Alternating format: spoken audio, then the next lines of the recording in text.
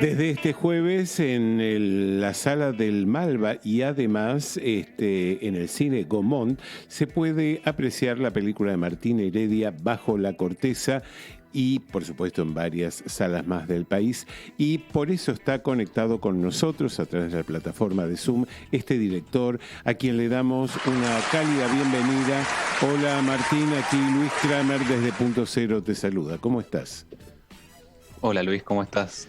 Muchas gracias por invitarnos a la radio a compartir sobre la película. Y bueno, ahora estoy realmente muy contento porque la película se puede ver en el Malva y en otras salas de Gran Buenos Aires y Santiago del Estero y Salta. Y la verdad que es un momento muy lindo poder compartir la película con la gente. Ok, bueno, la película se mete y bucea en un tema de bastante actualidad, como son los incendios provocados, ¿no? En distintas localidades del país, y me parece que lo hace en un tono bastante interesante porque deja más preguntas que respuestas, ¿no? ¿Querés hablarnos un poquito de eso? Bueno, sí, la película, como vos contabas, toca de cerca el tema de los incendios forestales, sobre todo haciendo hincapié en el problema más o la cuestión más humana del Claro. tema, porque el 90% de los incendios en Argentina y me diría también en el mundo son intencionales y provocados por las personas. Y muchas veces cuando suceden estos incendios, en general se muestra lo que pasa después o las consecuencias o cómo se lucha contra ellos, pero no nos preguntamos o qué es lo que está antes o por qué se generan estos incendios. Claro, Entonces, sí. ahí es donde nosotros empezamos a trabajar, o yo quería trabajar con este tema y pensamos justamente en el guión de Bajo la corteza que aborda esta problemática desde el punto de vista de un campesino rural, un hombre que trabaja del monte y que con un nuevo patrón que tiene una relación laboral prometedora, en un momento este patrón le pide que haga algo que está en contra de sus creencias o de sus principios. Sin duda, y me parece que en el guión está de alguna manera la génesis de la problemática de los incendios forestales, que es el deseo de fundir e inundar desde todo punto de vista, quitarles todo tipo de valor a ciertos latifundios para poder venderlos luego a un mejor valor, donde de alguna manera hay todo un complejo y un colectivo de latifundistas aprovechadores, ¿no? Que lucran además con la miseria, con el dolor, con la necesidad y con el sustento diario de un montón de campesinos que viven de eso, ¿no? Y que hacen de ellos su trabajo, su profesión y su actividad diaria y permanente. Claro, bueno, esa es la especulación inmobiliaria. Es cuando nosotros hicimos la investigación, era una de las distintas causas que se podían encontrar con respecto a los incendios forestales. Sí. Entonces, eso era algo que nosotros queríamos en la película dar a entender y contar un poco desde afuera también, porque no es que se profundiza en ese tema, pero sí contar un poco esa situación. Me parece, o sea, vos decís no se lo profundiza. Yo creo que desde el solo momento que se le pone cara y nombre y apellido y personaje, creo que ahí se está de alguna manera expresando una postura muy clara y muy interesante al respecto, porque si hacemos un poco de historia, estos son temas que parecen o terminan siendo tierra de nadie, donde no hay nunca responsables y las situaciones quedan como un episodio más en una cadena de se lo quiere hacer pasar como un desastre natural cuando es claramente un delito. Claro, bueno, ahí es donde nosotros, charlando con bomberos, con ambientalistas y con personas que se dedican al desmonte, que nos iban contando estos distintos casos, que bueno, en la película no es ningún caso puntual real, sino justamente es una ficción en donde queríamos mostrar cómo podría ser un caso como este. Claro, tal cual. Pero, digamos, más allá de las preguntas que plantea la película y que desde ya quedan sin respuesta, está de alguna manera la conciencia colectiva que nos plantea y nos hace replantear por qué no hay una real introspección en esta cadena de irresponsabilidades. Tal vez porque esta cadena de irresponsabilidades, aunque la película no lo toque, se emparenta muy claramente con el poder de turno, ¿no?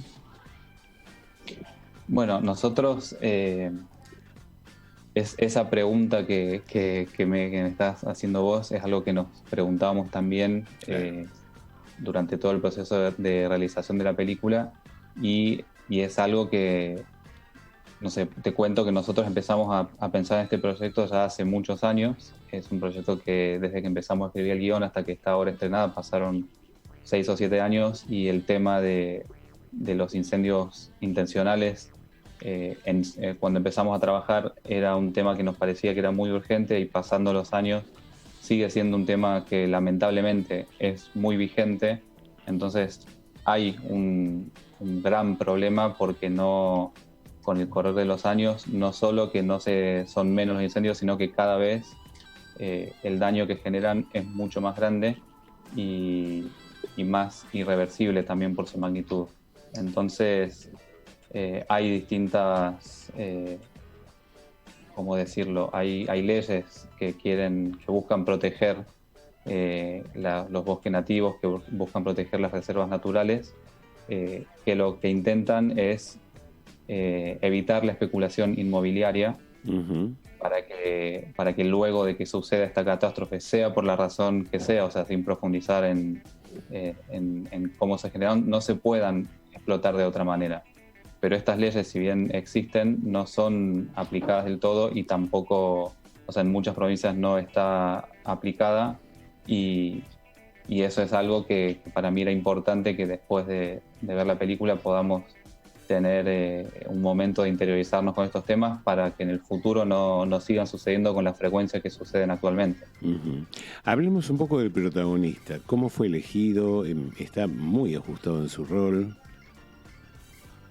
Bueno, el protagonista, que se llama Ricardo Rodríguez, él es trabajador de rural porque él hace sobre todo trabajos de desmonte, es hachero y reparte leña, y él también tuvo en su momento una formación en teatro, y él llegó por recomendación porque justo se estaba filmando, cuando nosotros estábamos haciendo el casting en Tras las Sierras, se estaba filmando una película independiente que se llama El Curandero, y él había participado en unas escenas, o sea, era su primera vez actuando en cine, y me recomendaron que lo convoque al casting, así que lo convoqué a Ricardo, y a partir de ese momento, cuando hace la escena, ya medio que me di cuenta que iba a ser él el que interprete a César, el personaje principal, pero bueno, hasta ese momento él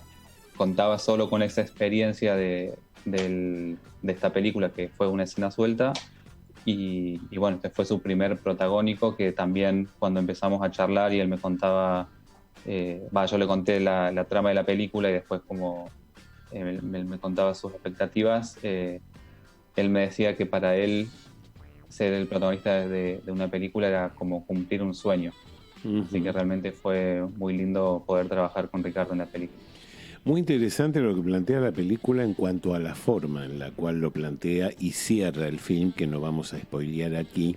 Pero te quería preguntar, porque desde ya esto da como para un debate inmediato, luego de terminar de ver esta película, ¿por qué decidiste justo vos, como director, cerrar en ese momento cinematográfico, fílmico, la película?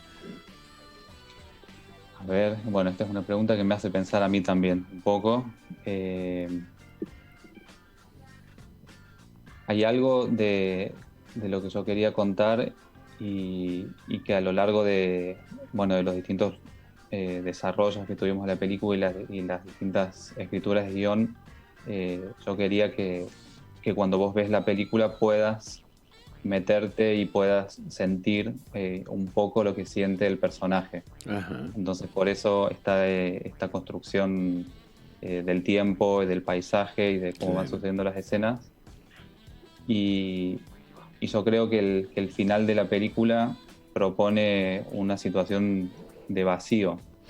Sí, yo creo que un poquito más te voy a aportar algo más, que es que yo siento que con este final vos trasladás el peso y la responsabilidad de la situación al espectador, quien inmediatamente toma la posta, o deberías tomarla, y continuar esto. Cada uno decidirá cómo y a través de qué medio, ¿no? Claro, bueno, algo que para mí me gustaba pensar de que esta película te invitaba a reflexionar también. Sí, Entonces, claro, por eso yo creo que necesita un espectador o una espectadora que activo, o sea, no está todo procesado y vos tenés que ir reconstruyendo también en tu mente mientras ves la película cómo se van desarrollando los personajes y esto que decís vos. Realmente queda eso para que cada uno complete la película. Perfecto, y si tuvieras que elegir una escena de Bajo la Corteza, ¿cuál sería? Bueno, a mí una de las escenas que más me gusta es la escena que él finalmente hace el pedido de su jefe. Ajá. No sé cómo decirlo sin contar demasiado, pero bueno, esa es una escena en donde yo la veo hoy y me gusta mucho y me resulta muy impactante también. Y la escena del comienzo, la escena en donde se muestra cómo el personaje principal y un amigo van a combatir Ayudar a combatir incendios, ¿no? Y claro, cómo desafían a la policía que no deja ingresar a la zona. claro. ¿No? Esa es una de las escenas que también me gusta mucho de la película porque además es una de las escenas que estuvo desde la primera versión del guión y se fue manteniendo con las distintas versiones. Así que eso también para mí me gusta mucho ver cómo esa escena fue resistiendo a las distintas versiones del guión. Bueno, y vamos a destacar también la presencia de Eva Bianco en el reparto, que además es un personaje que marca una postura ética admirable, ¿no? Bueno, Eva Bianco también la convocamos al proyecto porque, bueno, por muchas razones, entre ellas porque